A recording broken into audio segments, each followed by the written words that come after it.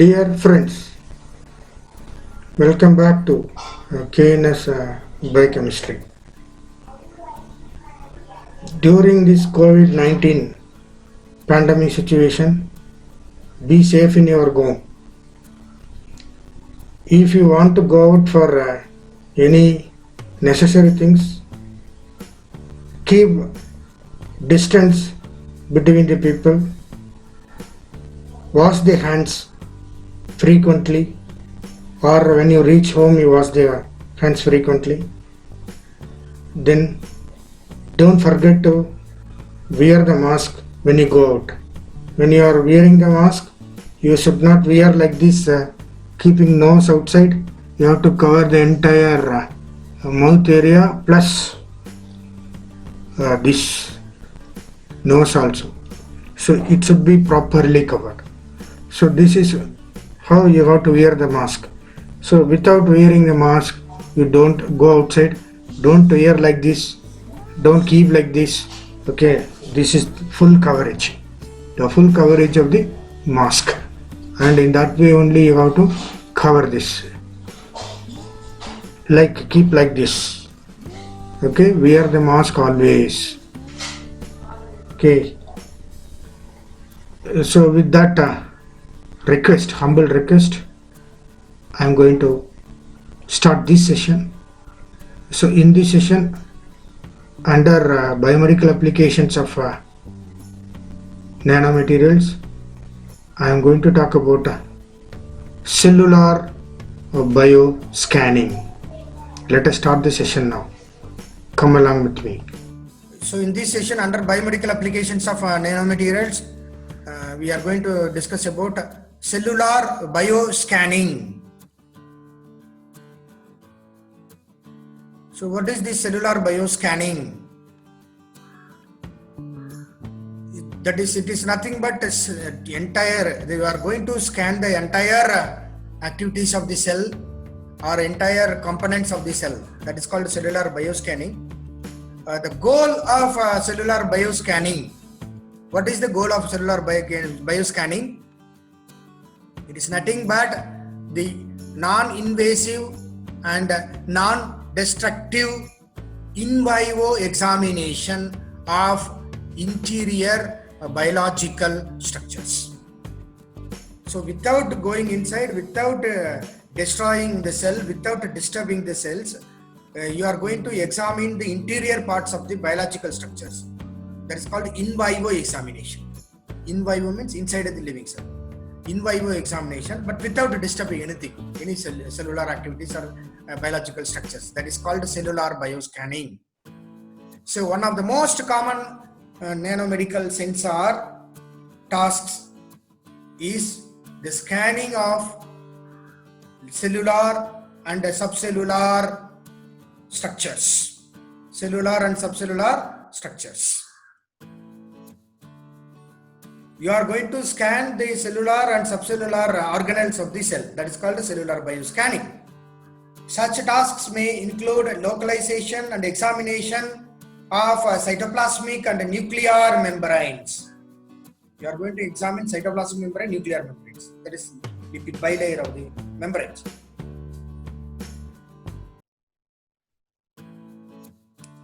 As well as the identification and diagnostic measurement of cellular contents, including organelles and other natural molecular devices, cytoskeletals, that is cytoskeletal structures, biochemical composition, and the kinetics of the cytoplasm.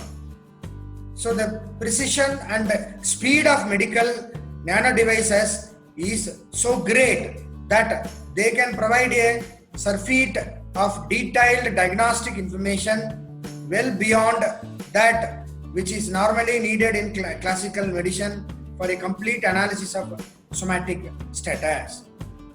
So complete analysis of the subcellular organelle and structures of the cell is called cellular bioscanning.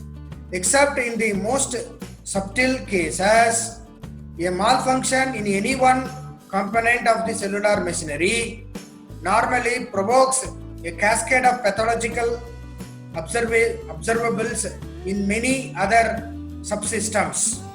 So detection of any one of these cascade observables, if sufficiently unique and well defined, so it may provide adequate diagnostic information to plan a proper reparative procedure. So see that we are having such kind of a procedure, and these procedures are used to go for cellular bioscanning.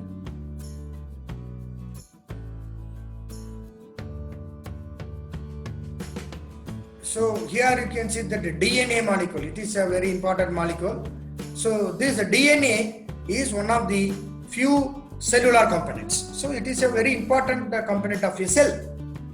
That is a genetic material.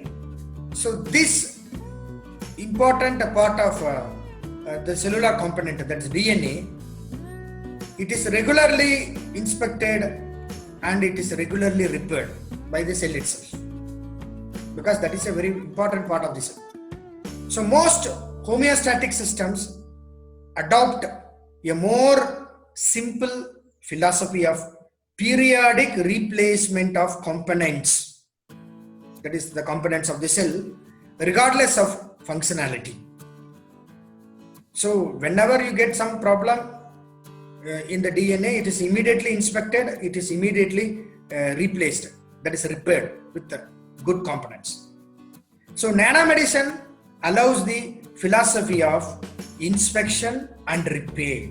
So you see that who is going to do this role of inspecting and repairing the DNA? Nanomedicine, nanoparticles.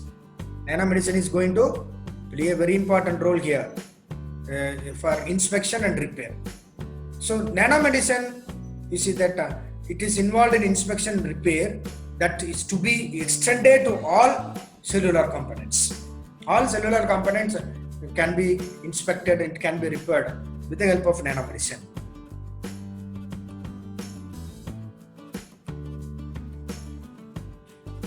So here you see that in vivo cellular bioscanning. That is a cellular bioscanning which is done inside the cell. It is called in vivo microscopy. That is a scanning or viewing something in vivo without disturbing the cellular activities, without disturbing the subcellular organelles of the cell. That is called in vivo microscopy. It is called in vivo microscopy, and it's otherwise called systematically scanning the cell, cellular bioscanning. That's called systems biology. So why this in vivo microscopy or cellular bioscanning is important? Why is it important?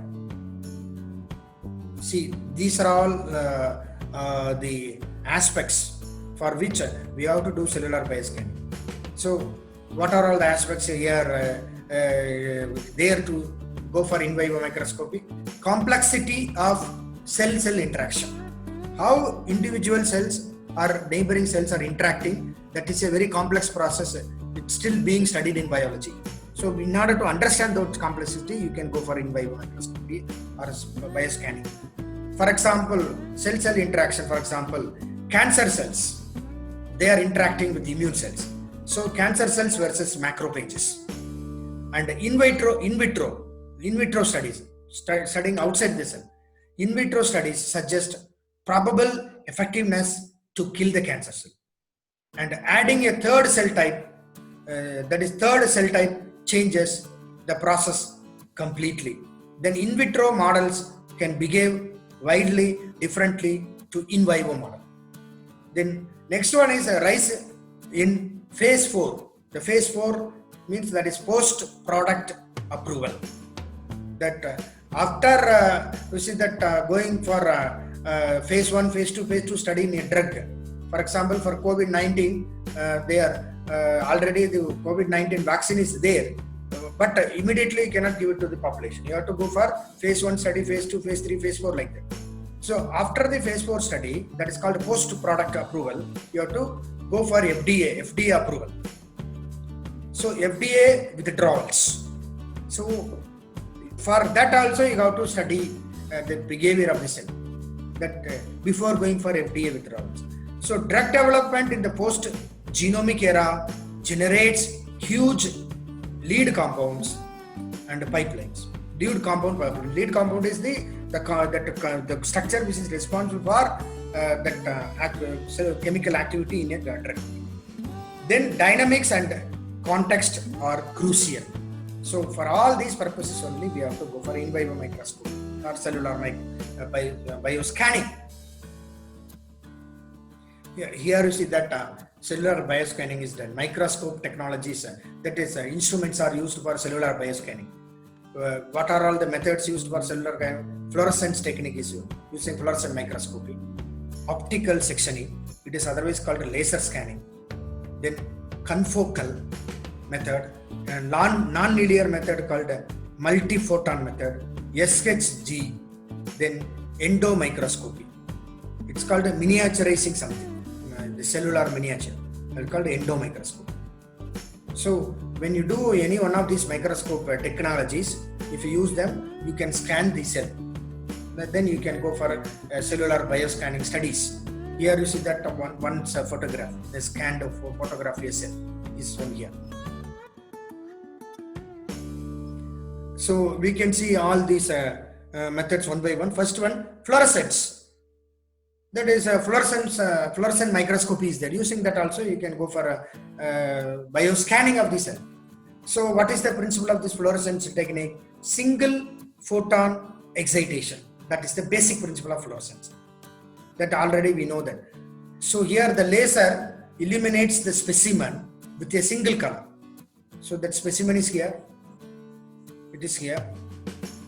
First step, you are going to illuminate this specimen with a light at 488 nanometer, that is blue wavelength. It is falling on the specimen. Second step, absorption and excitation. When the light is falling on that, your cell components will absorb the light energy, that wavelength of energy, and after that excitation of the cell takes place. When they go to excitation, the cellular components, they emit some other wavelength of light. That's called fluorescence microscopy. And that fluorescent emission will be in green or yellow wavelength. Absorption is in blue wavelength, that is 488 nanometer. But emission is green or yellow, that is in 505 to 585 nanometer. So it's a higher wavelength. So this higher wavelength light will give you separate colored vision of the cellular organelles. So cellular bioscanning is done using fluorescent microscope. So the next type of microscopy used for bioscanning is confocal microscopy. That is, here you can see that the structure, that is the instrumentation of this microscopy. So here this image only shows a single point. To achieve a field of view, the focal point needs to move in X and Y axis. So this is the focal plan, and that specimen is there.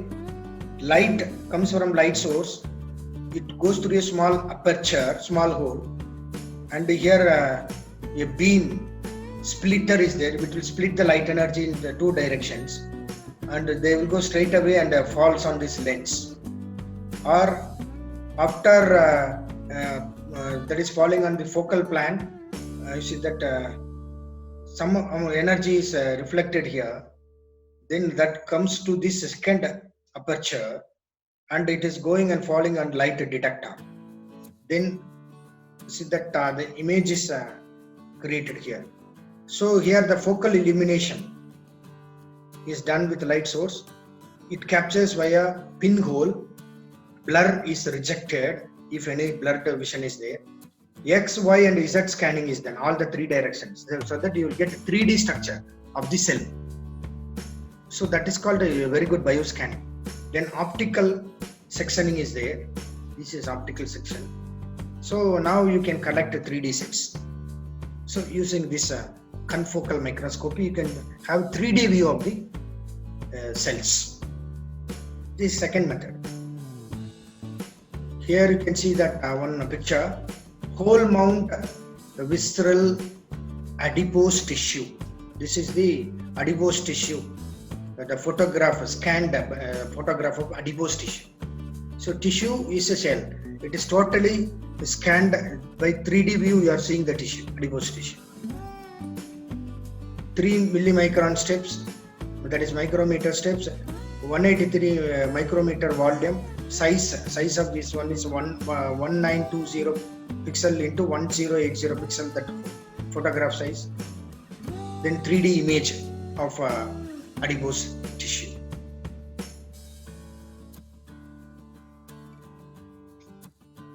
Then the next method is under fluorescence. Another method used here for cellular bioscanning is multi-photon excitation. In first fluorescence, only one light energy is used, one wavelength is used. Here it is multi-photon excitation. Here you can see an ultra fast and powerful pulsed laser beam is used. This pulsed laser beam delivers a burst of light. Typically, they will be having 100 megahertz, you see that frequency, over a very narrow wavelength range. Here see that pulsed illumination. A pulsed illumination is sent, it is falling on the specimen. Often NIR, example 800 nanometer, is falling on this cell specimen. Second step, absorption and excitation of those cells takes place. So the fluorophores in the focal region absorbs 2 photons, 2 wavelengths. Then emission of the light takes place in the third step. The fluorescent emission, green to yellow range, that is from 505 to 585 nanometer. That you can view it. So this is that multi-photon microscopy, that is instrumentation. This image only shows a single point. To achieve a field of view, the focal point needs to move in X and the Y axis also. Only one axis is only here, in the plate. Same light goes there, beam splitter is there, everything is there like the other one, but only is 2 wavelengths are used from the light source. So focal illumination, this is a distilled summary of this microscopy. Then focal illumination is done with the light source. Fluorescence only in focus point. Photons must arrive together. It's signal only from focal plane. Then many detector placement options are there. Then deeper imaging of the cell takes place. Then single photo excitation, because more than 2 photo excitation happens here. Long wavelength, that is X penetrates, takes place, so that you can deeply view the cell. Tissue scattering of emission, less important than confocal. Confocal is the other method. Here you can see that the whole mount brain section, the brain cells, 800 millimicron thickness. So here see that 3D view of your neurons, brain cells. This is cellular bioscan. You can watch the structure of the brain cells. It is fluorescent, it's colorful. So what is the summary of this in vivo microscopy technology? It is used for, of course, cellular bioscanning purpose. So optical sectioning, that optical section enables in vivo microscopy in thick specimens also. Then single or multi-photon fluorescence enables this capability to view the cells in a good manner. A huge catalog of fluorescent markers exist to eliminate specific aspects of microanatomy of the cell. Microanatomy of the cell, like what are all the microanatomy you can view in the cell, morphological structure of the cell, protein specific view, that is example monoclonal antibodies view, then genetic transcription, for example, you see that GFP, then process specific example, for example, calcium ion markers. So final summary is that advances in fluorophores, imaging systems and protocols, it enable the interrogation of living systems in dynamic microscopic detailed view using biocellular, that is cellular bioscanning. Then this in vivo microscopy enables capture of specific cellular events. So some events are happening inside the cell that can also be viewed. you can capture specific cellular events that are impossible to recreate in vitro or ex vivo conditions. In vivo conditions, you can capture it. Then longitudinal studies are possible using miniaturized devices. Using miniaturized devices, longitudinal study of the cell components can be done. Then the unexpected nature of some findings suggest an important role in understanding both physiological and pathological cellular and subcellular events in vivo. So physiological events, pathological events happening in a cellular level or subcellular organelles, those events in vivo can be easily, you see that studied. That you can understand those processes using this microscope. So this is going to give you a study about cellular bioscan. So here one image in vivo, a molecular image of a mouse cells, 500 millimicron. This is also 500 millimicron size. First photograph before low level fluorescence from a small dose of intravenous dye. So B is after, that is octreotide added, that the dye added. So here you see that the image is taken before dye, after dye, and you can see the view. The dye, you see that it is giving clear picture here, view of the cells. Then the view of the pancreas, another important organ of the mouse. Even you can view the in vivo blood flow inside the pancreas. This is, there are blood vessels. So you can even watch the flow of blood into the interior of the pancreas. That is, these are all the blood vessels of the in between the pancreatic cells. The flow of blood, you can watch it using cellular bioscan. So see that you can view even in vivo conditions. And this is another one, mouse liver necrosis that is a liver damage has happened. It's called liver necrosis. So during necrosis of the liver in vivo, what is happening? What is happening in a damaged liver cell during necrosis in vivo condition? That is, you are going to view it. You are going to view it. So contrast agent here, picture A, topical acriflovin 0.1% is used here. In B, contrast agent used is FITC dextron, 150 kilodalton. So here you are using one different dye, that is acriflovin. Here you are using dextron. So you see the picture view, 3D view in different formats. Here still it is more clear, the second picture. The cellular necrosis, cell damage has occurred in the liver, that you can see. So the arrow mark areas are damaged cells. These are all damaged cells.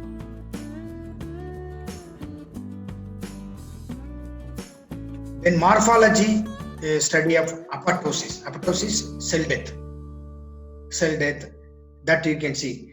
Untreated hepatocytes, administration of flavoapoptosis markers, extravasation, cytoplasm vesicles, nuclear fragmentation, cell death, former cellular space filled with a diffuse marker fluorophore. Here you see that extravasation starts at 10 minutes.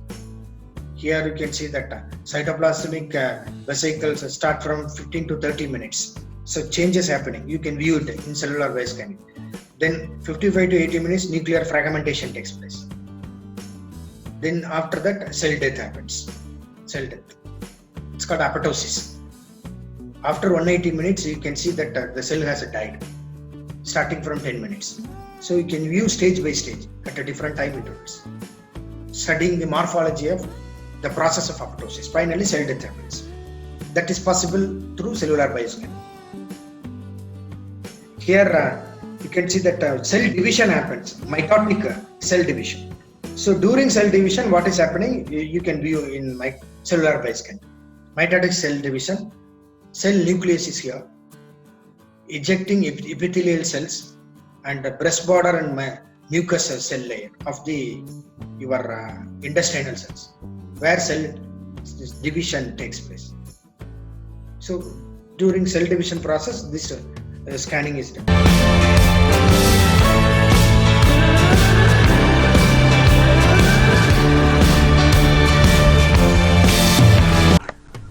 Dear friends, hope you have taken my instruction that you have to wear the mask when you go outside.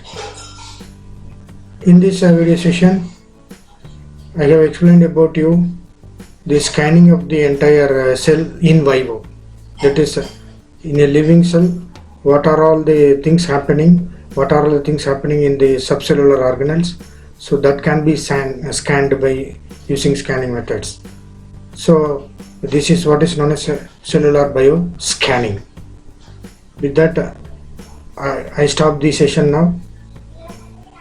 Please wear the mask when you go outside. Keep it in mind that is COVID-19 pandemic situation is very worst outside. So with that, I am going to say bye-bye to every one of you. I'll be coming back in the other session. Until then, I advise you to follow the instructions. Thank you one and all. Namaskar.